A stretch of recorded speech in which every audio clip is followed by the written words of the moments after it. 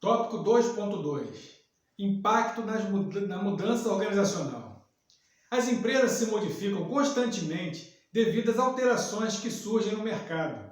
Geralmente, as necessidades e os desejos dos stakeholders, que são os parceiros da empresa. Perceba que as mudanças são atualizações para garantir a sobrevivência no mercado.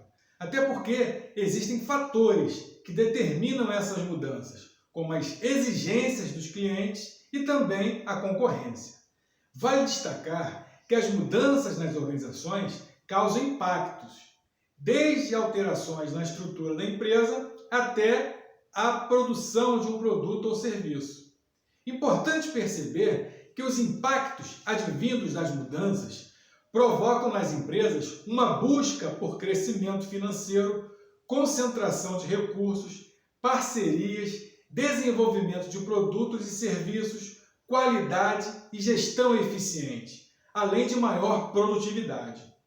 As mudanças organizacionais, quando ocorrem por parte da gestão ou da liderança, diretamente para os funcionários, corresponde a uma dimensão humana, voltada para as pessoas. Tópico 2.3. Diversidade versus modernidade. O principal desafio de uma empresa, diante do cenário globalizado, é conseguir se destacar de maneira eficaz perante a concorrência e os clientes. Você saberia dizer como isso é possível? Para responder essa questão, devemos levar em conta dois aspectos: a diversidade e a modernidade. Note que as empresas precisam estar dispostas a diversificar suas ações para, ao mesmo tempo, se modernizarem. Nesse ponto, encontra-se um grande desafio, uma vez que a modernidade representa a capacidade de aderir a tendências, a empresa deve estar disposta a abrir mão de alguns valores. O grande desafio, portanto, consiste em desenvolver pessoas com o perfil requerido pelo novo tipo de organização.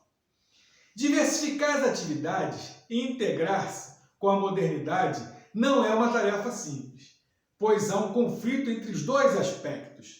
No Brasil, por exemplo, internamente há uma grande diversidade cultural e existe modernidade, mas apenas em alguns setores da sociedade, pois há dificuldades em se conseguir impetrar igualmente ou por não possuir capacidade ou até mesmo por indisponibilidade de recursos.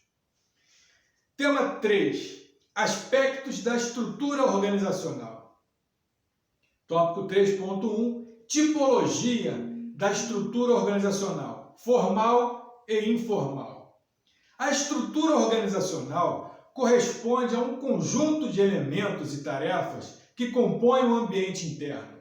Em relação ao conceito de estrutura organizacional, ela influencia os agrupamentos e processos do comportamento organizacional que afetam a eficiência, a flexibilidade e a interação com o ambiente circundante, bem como separa as partes da organização entre si e ajuda a mantê-las interligadas. Existem dois tipos de estrutura organizacional existentes e responsáveis por delinear o comportamento e as interações entre os membros de uma empresa. A estrutura formal, reconhecida pela organização, e formalidade em torno das ações, até a representação por meio de um organograma, como pode ser visto na figura que aparece, indica objetivamente as autoridades e suas respectivas responsabilidades. As características dessa estrutura são estabilidade, existência de planejamento e controle e gestão formal. O outro tipo é a estrutura informal, que ocorre no comportamento e nas relações que não têm formalidade, ou seja, são impessoais e surge da espontaneidade. Tem como características a não formalização, a não documentação e a oficialidade das ações, as quais dependem das necessidades e desejos pessoais e grupais. Ou seja, trata-se de um item instável, do qual não se tem controle e, portanto, a organização e a gestão se dão de maneira informal. Tópico 3.2. Determinantes da estrutura organizacional.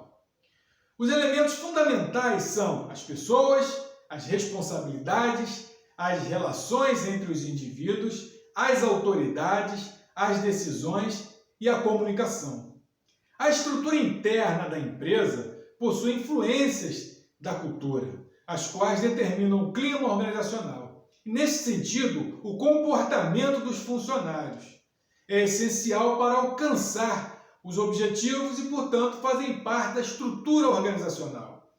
Dessa forma, quando a estrutura organizacional está devidamente organizada, podemos alcançar resultados mais imediatos, tais como motivação, aumento da produtividade, disponibilização de recursos, funções e atividades bem delineadas, e níveis de informação e comunicação, de acordo com os objetivos tratados no planejamento. Outro ponto que devemos prestar atenção para que a empresa obtenha maior coordenação em suas atividades diz respeito à formalização, especialização e uniformidade no comportamento das pessoas e também no desenvolvimento das tarefas. Tópico 3.3. A departamentalização e a autoridade hierárquica. O tipo de departamentalização são funcional, cliente, produtos ou serviços, territorial, por objetivos, por processos e matricial.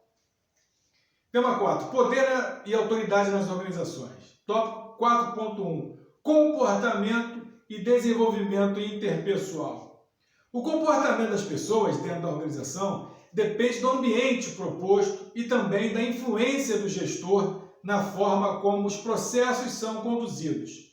Isso remete à questão do poder. E falar em poder é falar no papel do líder ou da autoridade, pois é fundamental estabelecer um ambiente de trabalho agradável para se ter um nível adequado de produtividade. O comportamento das pessoas dentro da organização depende do ambiente proposto e também da influência do gestor na forma como os processos são conduzidos. Isto nos remete à questão do poder. E falar em poder, vamos lá.